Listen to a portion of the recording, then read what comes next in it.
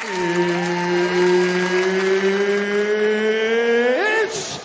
time! What's kicking, everybody? We are back for another episode of Pickin' Fights. I'm Keith, as always, joined by my friend Tom. Tom, it's been a while. How you been? It's been a short break, went by fast, or a long break, honestly, when you consider that we get together basically every week to talk about fights, give or take one or two at a time. To go like 3, 4 in a row definitely feels like an extended amount of time. Too long. I'm excited to talk about the UFC again. Almost feels weird to not have talked about it for so long, to now come back and get back into the swing of things. Interesting card. Not a ton of, star power, or honestly, not even a ton of marketing around it. But before we get into that, how you doing, Keith? How was your holidays? How's your break? Oh, it was all right. I'm just looking forward to getting back into the UFC. Similar to the UFC, underneath the same conglomerate umbrella, I saw the professional bull riding the other day, which was pretty cool at Madison Square Garden. That was a lot of fun. And I highly recommend it. It was a nice, quick 2-hour event. You're in and out. The atmosphere was cool. And the whole goal is to stay on for 8 seconds and not touching the bull with your other hand. And when somebody does that, when somebody gets that 8 seconds, the crowd goes crazy. It's a lot of fun. If you're into that, if you like just electric crowds and a good time, highly recommend seeing the PBR. It's a similar atmosphere to the UFC, like a similar fan base, and everybody shows up dressed up like cowboys. It's fun. So if they're ever in town, Tom, I highly recommend it. You should check it out. I actually got invited to go bull riding. Well, I think we got invited, but we ended up having a prior engagement and couldn't go. But we got invited to go to bull riding, I think, down in Charleston recently. So very interesting to have that review. Quite topical, too. You were actually going to go bull riding yourself? No, to go watch it. Oh, okay. Yeah, no, not riding a bull. Okay, yeah, no, it's pretty dangerous. Yeah, I'm all set on that, Chief. Yeah, there were a couple close calls, but it was cool. And I know Dana owns a couple of bulls that are in the PBR. I just don't know which ones were his. I think he just had posted RIP Twisted Steel. Oh, wow. Yeah, they really run through the event like crazy. Like when we saw UFC, it was fight, a little bit of music. There was an MC and a DJ talking a little bit and playing music in between fights. And then the next fight started, the guys were walking out for the next fight, and that was that. And that's how this was too. It was there was a rodeo clown. They actually had a thing in the middle of the arena that was a bullpen kind of buried in the dirt, and they were taking people out. They must have been the really expensive seats, and they had a little bit of time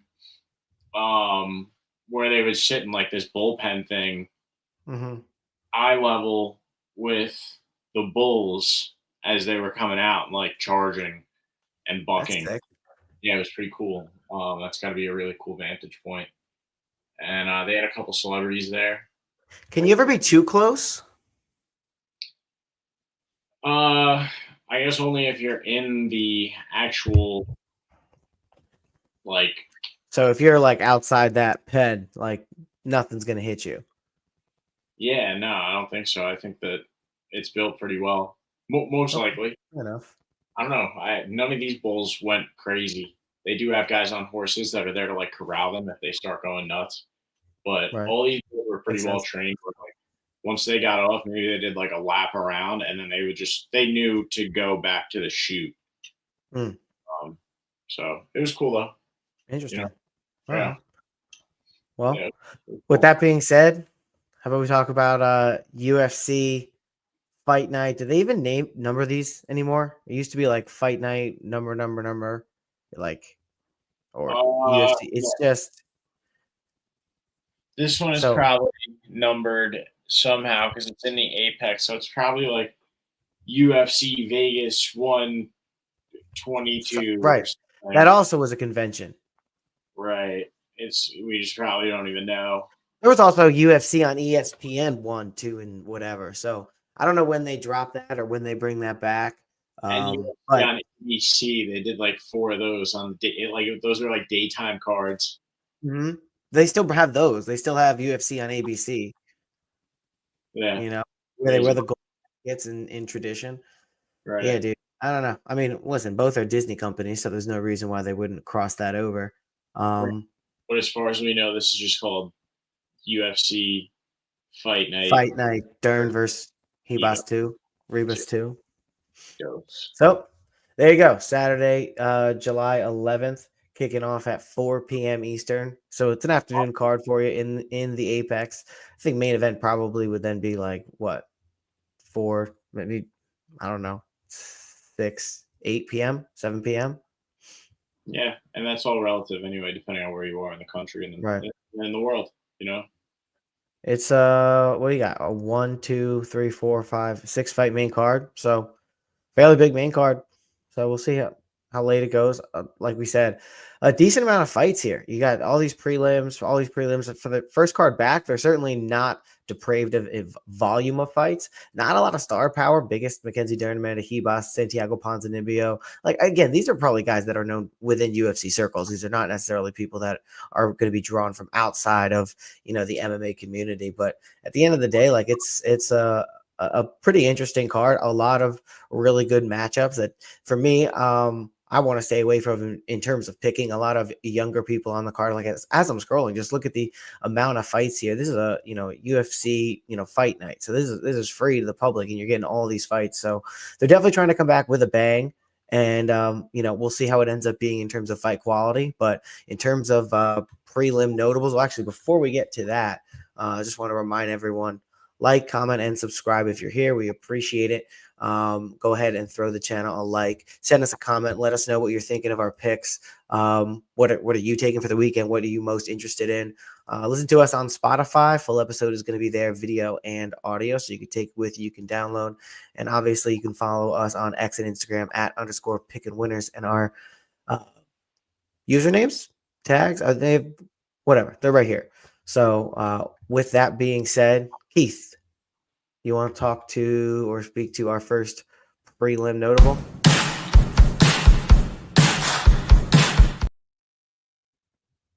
sure. Let's do it. All right, I'm taking Marco Tullio over Ihor Poteria, and as you can see, Marco Tullio, looking at the screen, he is at least 5-0 over his last 5, and then I'm having a hard time seeing that now on my screen. It's so small. The print. What's his overall record, Tom? Tullio is 12-1 versus Porteria at 21-7. And he's a minus 450 favorite. Yes. Yeah, he's gonna kick the shit out of you or Poteria. And Vegas thinks so with those odds. The people on Tapology think so. Watch his highlights. He's had a lot of fun highlights so far. This is going to be a fun fight to tune into, especially if you know who he is going into it and like you've seen a little bit of him. And Ihor Poteria is a really fun setup fight for him because Ihor Poteria kind of stinks. He's had really bad karma in the UFC ever since he disrespected Shogun Hua years ago, and since then he's just been used as like a setup guy. Every now and then he shows flashes of being like okay, but Marco Tullio is probably going to knock him out. So I'm going with Marco Tullio by knockout. What do you think, Tom? You with me on this one? Yeah, you got me right as I was eating a chicken nugget. Oh, sorry. With that being said, yes, I'm going to be with you. I think Marco Tullio is going to be too young and too aggressive. Even though Porteria is the younger guy here, it feels like he's got a lot more tread on the tires when it comes to UFC, lifespan. And should I say he's got a lot less tread on the tires? Either way, you look at it, 1-4 over his last 5. He hasn't necessarily looked all that better as he's went through his UFC career. So for that reason, I'm going to go with Marco Tullio, in addition to all the points that you made. Nice. Yeah. Ihor Poteria gets like banged around a lot. And I think that's going to happen again. Yeah. Speaking of getting well, I'm not gonna say banged around a lot, but definitely getting beaten up in the UFC cage. Trey Ogden taking on Thiago Moises. I know Moises is only 3-2 over his last 5, but looking back at some of the guys that he's faced, he's got a loss to Ludovic Klein by decision, which was a hard-fought fight there. Mitch Ramirez, he knocked out with leg kicks. You don't necessarily always see that. So speaks to his ability to throw those legs kicks. Has a loss to Benoit Saint-Denis via knockout. But submissions on his record going back for over 2 different guys. He can do it in a variety of different ways here, and I think he's just younger, hungrier, quicker, has those devastating leg kicks that could slow Trey Ogden down. I just don't know that's Trey Ogden, even though he is, 3-1-1 over his last 5, that his wins over Loic Razabolov and Kurt Hollowbaugh are really going to be able to carry him against a type of force that Thiago Moises is showing that he can be against this level of competition in the UFC. So for those reasons, he's slightly younger. Obviously, the 175 favorite, people on Tapology going with him by decision. I would actually, I know Trey Ogden's a wily veteran, so I guess decision is the safer pick. But I wouldn't be surprised if he beats up those legs and potentially get a finish there as well. So what do you think, Keith? Oh, I'm rolling with you. I'm definitely rolling with you here. I like your logic. Very sound. You sold me on it. I was kind of like 50-50 going into it, but I'm right there with you on this one. Awesome. Well, that's what we got. Right? I mean, you want a main card? Hell yeah, let's do it.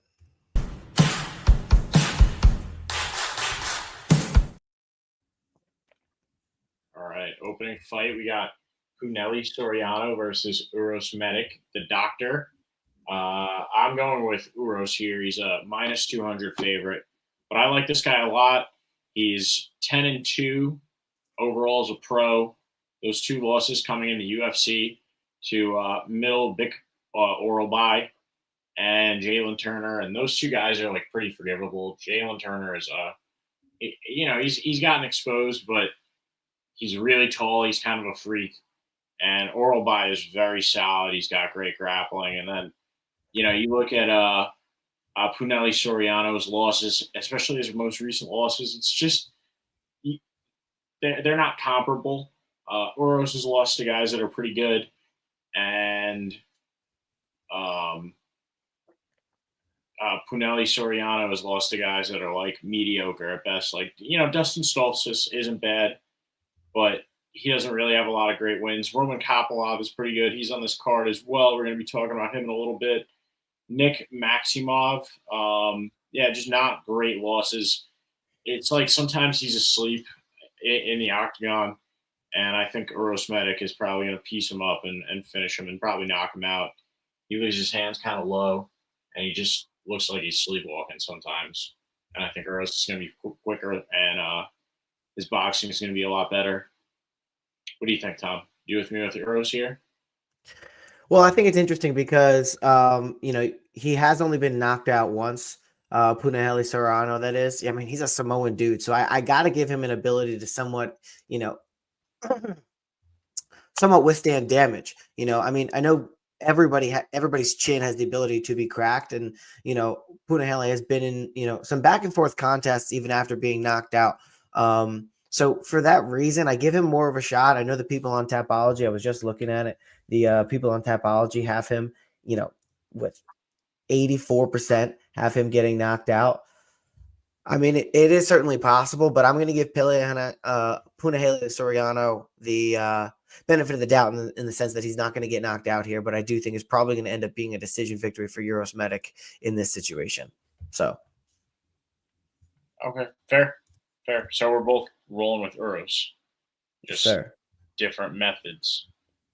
Next up, we got Austin Bashi versus Christian Rodriguez. And this is one of those ones where I got to be completely honest. I don't know much about Austin Bashi's making his UFC debut off of the Contender Series. Saw that. Outside of that, just looks like a lot of other grappling and a lot of other, solid striking, but a lot of submission victories. And Christian Rodriguez lost his most recent one to Julian Erosa by submission. So I'll take the 23-year-old kid making his 13-0 UFC debut against a guy that lost by guillotine to Julian Erosa and has not really looked too great. Well, Raul Rosas went to decision with him. Do you remember that fight? I don't know. I'm gonna roll with Austin Bashi here. Yeah, it's interesting because minus 235 favorite, so obviously would definitely be tempted to sway that way. He is only 23 years old, and he's making his UFC debut. Submission after submission after submission. Here's a striking. 8 or 9 and 6. Zach Riley. Submission after submission. Not amazing competition.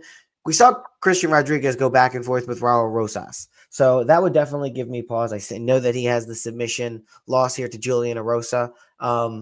With that being said, though, I think Christian Rodriguez, knowing that he's going to come in against a submission opponent, has proven that he can withstand, especially a young submission opponent. When he fought to a decision, 2 years ago against Raul Rosas, who was undefeated at the time, it's kind of like running that back for him. Like I said, plus 195, 70% are on Bashi.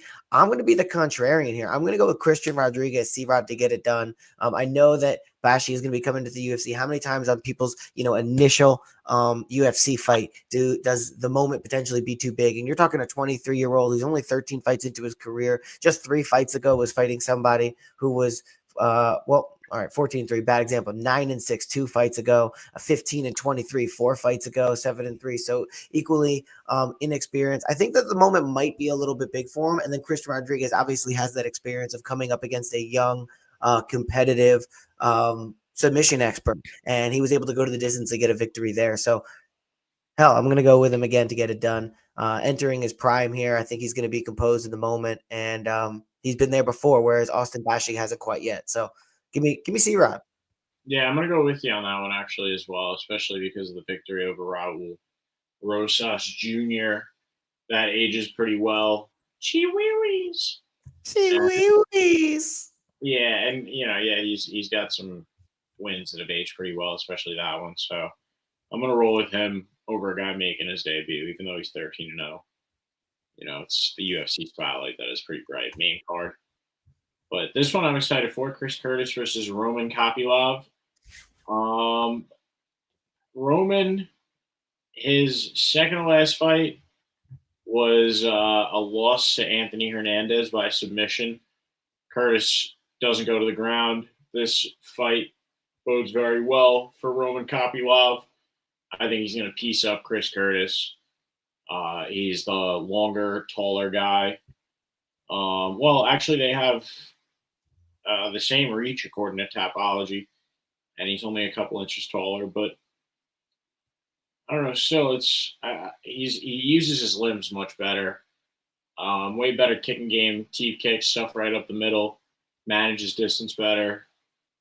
Curtis has some power, but Roman Kopylov is better from distance and can throw strikes at a range that Chris Curtis isn't really good at handling. You look back at Chris Curtis's fight against Jack Hermanson. If Roman Kopylov wants to, he could fight like that and just stay outside the whole time and then look for the finish. I think that's probably what he's going to do. So I'm going with Roman Kopylov here to get the win over Chris Curtis. What do you think, Tom? Yeah, that one I'm going to have to agree with you on. And then Chris Curtis, he's proven to be durable, but that's durable for how long? He is not necessarily the most technical fighter, and we have seen him be a little bit hesitant at times. Roman Kopylov, especially as of late, has really came on, been really aggressive. He does have that kind of stumble against Anthony Hernandez by submission. Not necessarily going to be a fear here going against Chris Curtis, who is a stand-up guy 100%. Cèsar Almeida split decision win. Josh Fremd, that was by a liver punch. I remember that one. Claudio Ribeiro by head kick. Punahele Soriano, he was able to put him out. And again, it's not easy to put Samoan guys out. So I'm giving it to Roman Kopylov to get this one done. I think he could potentially even finish Chris Curtis. You look back at him, he split decision loss to Brendan Allen. And, he hasn't yet been finished in the UFC. Like I said, pretty durable guy. Give me Kopylov to knock him out. or to finish him. You know what I mean? He's 37 years old. He's fairly active. He's taken 8 months off, and your body, I feel like, has to change a lot. Like as you get older, it's exponential change as time goes on. You know what I mean? You never know. He's been beaten up. He's been going through some stuff. Sean Strickland's no longer his buddy. I don't know if that stretches back to this previous fight, 8 months. I don't know how long they broke up for, but like at the end of the day, like, hey, give me Kopylov, and give me Kopylov to knock him out. Yeah, I think so too. I definitely think so. I mean, I think that he's going to control the majority of the fight, and it comes down to, like, if he can land that one shot, he smells blood, he's going to go in and look for the finish. We got another good one coming up next. Abdul Razak Alhassan versus Cèsar Almeida. And I'm going to go with Cèsar Almeida here. I think he's got a little bit more power in his hands. Abdul is not bad, but, he's lost to, like, some pretty good guys. And I think that Cèsar Almeida is one of those guys that's going to end up being eventually good. His only loss is to the guy that we were just talking about, Roman Kopylov, and we were just, giving him his roses and singing his praises. So that's a very forgivable loss. I like Roman Kopylov a lot, personally, if you couldn't tell. And Abdul Razak Alhassan has losses to guys like Joaquin Buckley most recently, and or his second, that might have been his second to last loss. But I think that Cèsar Almeida is going to control the stand-up game. He's going to be better on his feet, and maybe he'll finish him. Abdul Razak Alhassan has been finished by, like, pretty tough, strong guys before. But Cèsar Almeida is still pretty new to MMA and to the UFC, so it kind of remains to be seen. I do think he'll win the fight, but we'll see about his finishing power. What do you think? Yeah, I'm going to have to agree with you 100% because, you got a guy coming in like Cèsar Almeida, who's had a kickboxing career. Abdul Razak Alhassan, geez, if I could get that one out. He, doesn't have a ton of experience on the ground. His successes came, on the feet. So with that being said, I'm going to have to go with the guy who has championships in kickboxing in what I believe is going to be a battle, standing on the feet. He's 3 years younger, more accomplished, knows how to use that length, even though the reach is the same. He's going to have a longer leg reach than Abdul Razak Alhassan, which is going to influence the distance like you were talking about. So for that reason, I'm going with Cèsar Almeida. I think he is, going to go ahead and get this one done. Nice. I'm glad we concur. Maybe we'll split up on this one. We got Santiago Ponzinibbio versus Carlston Harris. And I think that this is going to be a brawl. Both of these guys they don't mind a scrappy fight. Excuse me, they're minus 110. Vegas has them pretty even. And I think that they see this fight going down as, like, most people do, where they're just going to, like, stand and scrap, and one guy's going to go to sleep. Santiago Ponzinibbio has a history of showing up in these fights. He is 1-4 over his last 5, but that's against really good competition and in fights that weren't really similar to this, and against guys that were better than Carlston Harris. I think you have, like, a Jeff Neal in there. You have that Kevin Holland one where I think he caught Kevin Holland's kick, and then Kevin Holland knocked him out in, like, a really wild fashion. And Carlston Harris isn't really that guy. He put up a decent fight against Shavkat, but I think when it comes to, like, this stand-up scrappy fight, Santiago Ponzinibbio, he might show up. He might be washed, but he might have one more good fight in him. And because he is getting up there in age, and he's kind of, he is 1-4 over his last 5. This might be a do-or-die type fight. He might have one more fight in him where he shows up, and it might be against Carlston Harris because Carlson's style benefits him a lot, where he wants to stand and scrap. So we'll see. If he could show up, then he could finish Carlston Harris. And I'm willing to take that. I like Santiago Ponzinibbio. He's had some fun fights in the past. So I'm going with Santiago Ponzinibbio. What do you think, Tom? Well, it's interesting because the one fight that I was hovering over here under Santiago Ponzinibbio is a win via overhand right. And, you look at Carlston Harris, he was, win by submission, win by decision, win by knockout over ground strikes by Imba Kasagani. His loss, knockout, loss, knockout, win, knockout. So I think it's interesting, right hook, overhand right. So obviously that right side is something that Carlston Harris has to be cognizant of going against Santiago Ponzinibbio. But, you're betting on Santiago Ponzinibbio being the one to show up. And, potentially, especially because we see it right there in the record that, he's got wins by that right hand that Carlston Harris has losses from. At the end of the day, I don't know that Santiago Ponzinibbio from 2 years ago that knocked out Alex Morono is going to, still be around or maybe be fast enough to knock out a Carlston Harris. I know he's only a year younger, but he is a little bit longer than him.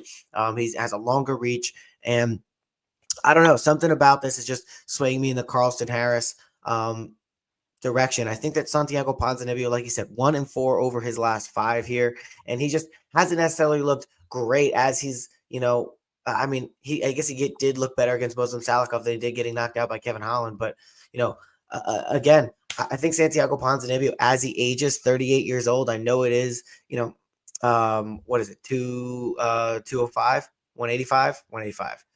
So it's 185 at 38 years old, eventually, or 170. Wow. So 170, that shows how much I know where these weight classes are. At 170 at 38 years old, you're really tipping the scales there. And I know we're not talking about someone that much younger, but I just want to give the edge to Carlston Harris, being with how their careers have gone to this point. So I'm going to go with Carlston Harris. He's a little bit more of the hot hand. I believe it's going to be a striking battle. I don't know if Santiago Ponzinibbio is going to have the strength to land that knockout blow. And I think in a back and forth battle, I think Carlston Harris wins by decision. So that's who I'm going to be siding with in this one, Carlston Harris. Nice. Oh, wow. Okay. So we diverge on that one then. Yes, sir. Sorry to do it. But with that being said, main event. Yeah. You want to kick it off? Oh, yeah. I'll take it. Yeah, no, you go for it, Tom. All right, cool. So, Amanda Ribas taking on MacKenzie Dern. Minus 210 on Amanda Ribas. MacKenzie Dern has been, I feel, largely disappointing the last few times we saw her out. She's got the win over Lupita Godinez, who I think we've seen lose again since then. Amanda Lemos lost. Jessica Andrade knockout. She's got the win over Angie Hill, who I think was 40 years old at that time. So Angie Hill was, a little bit older than 40. Definitely one of the older female fighters in the UFC, and that's probably going to translate to speed in a lot of situations. I lost to Zhang Jianyan, who has been a little bit streaky since then as well. I know both of these fighters are going to, be 2-3 over their last 5. But when you look at Ribas, you have the loss to Rose Namajunas 9 months ago, win over Luana Pinheiro, knocked her out in fantastic fashion with that spinning wheel kick. I'm not seeing the finishes in the, side of MacKenzie Dern, especially as of late. Both of these girls are 31 years old.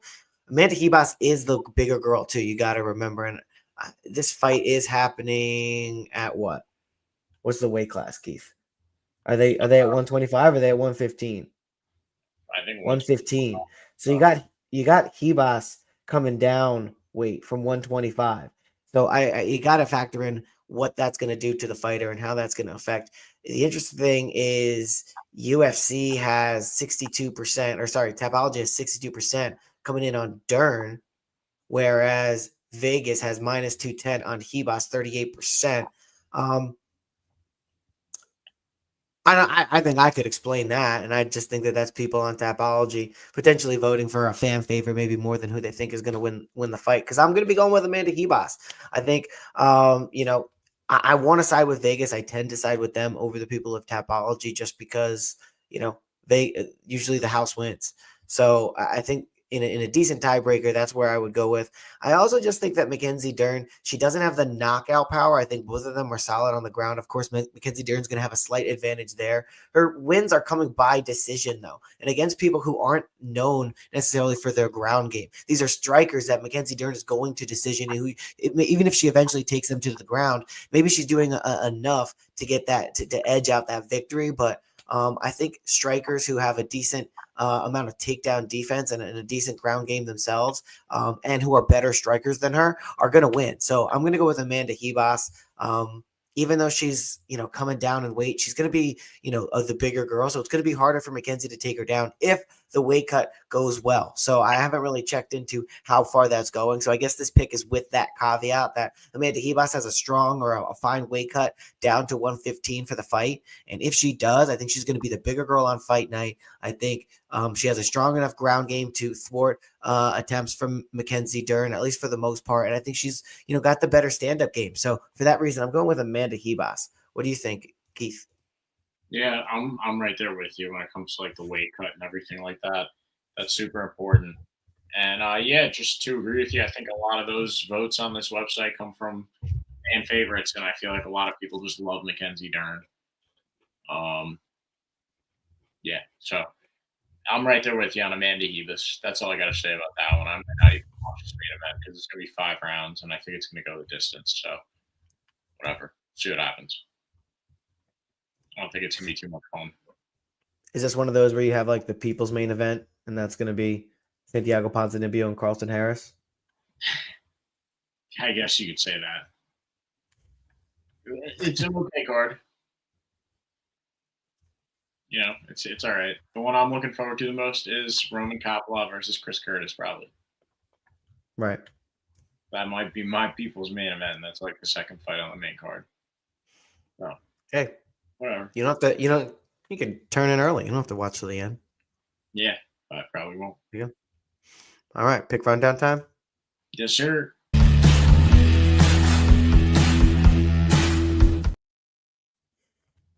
Take it off, Tom. All right, starting at the bottom, we really only picked 2 fights on the prelims. So with that being said, I'm taking Thiago Moises over Trey Ogden and Marco Tulio over Ihor Porteria. As far as the main card goes, I'm going with Uros Medic by decision over Punahele Soriano. I'm going with C-Rod to squeak out a decision over Austin Bashi. I'm going with Roman Kopylov to knock out Chris Curtis. Cèsar Almeida to win against Abdul Razak Alhassan, Carlston Harris to win against Santiago Ponzinibbio, and Amanda Ribas to win over MacKenzie Dern. I'm just going to take that. Cool. All right. I got pretty similar, but we diverge on a few. Thiago Moises over Trey Ogden, Marco Tulio over Ihor Porteria. Then I got Uros Medic over Punahele Soriano. Maybe finish. Christian Rodriguez over Austin Bashi. Roman Kopylov over Chris Curtis. Maybe a knockout. Maybe like a nice TKO or decision. Double chance. Bet responsibly. Cèsar Almeida over Abdul Razak Alhassan. Similar bet there. I like that. Santiago Ponzinibbio to get it done over Carlston Harris. One more good one. And Amanda Ribas over MacKenzie Dern. Yeah, that's it. All right. Well, hey, 14 fights, So at least there's fights to look forward to, fights to catch. And what's the upcoming UFC schedule look like? I think the next one might be 311. No, another fight. So we got Makhachev versus Sarukian, 311 on the 18th. Right. And then after that is a pretty good fight night. One of those like Saudi ones, I think. We have a week off, and then we have a Saudi Adesanya Imavov fight night. Yeah. That one's got some good fights on it. Then week after that, Super Bowl week, Duplessis Strickland 2, UFC 312. And that's in Sydney? Yep, it's in Sydney. Wow, that's cool because they love Sean Strickland in Australia. Mm-hmm. Week after that, Cannonier Rodriguez. Okay, decent. Yeah. That's all we have announced for now. Royval versus Cop. 313. So we got a good 6 weeks. Yeah. 5 weeks of fights. So yeah, that's where you start falling off a little bit, is where you roll into like the Jared Cannonier fight night cards. That one's a bit of a stretch. Yeah, there's always like 1 or 2 of those a year where he's like the headliner, and you're just like, all right, dude, how does he keep doing this? Like, his agent's got to be pretty good. Whoever his manager is pretty solid. Keep like just sneaking him in to fight night main events. Yeah, I mean, odds are we know who his manager is. Abdullah Sleaze, right? I mean, Yeah, he manages probably what 70% of the UFC roster. So, yeah, I was thinking probably the same thing, to be honest. Probably Ali, but who knows? Well, anyway, looking forward to some of the fights this weekend, and can't wait for these fights coming up in the coming weeks. Yeah, 311 next week. So tune in, like, comment, subscribe, hit the bell up top, and then you can find out when we're going live for UFC 311. And then that way you can comment while we're here and chat with us. We'll chat with you about UFC 311, hear your picks, what you're thinking. And then you can listen to us on Spotify as well. Follow us on Twitter and Instagram @_picking_fights and @pickingfightstom, @picking_Keith on X as well. Did I miss anything? Sounds good to me. All right, cool. Happy New Year. Let's start 2020.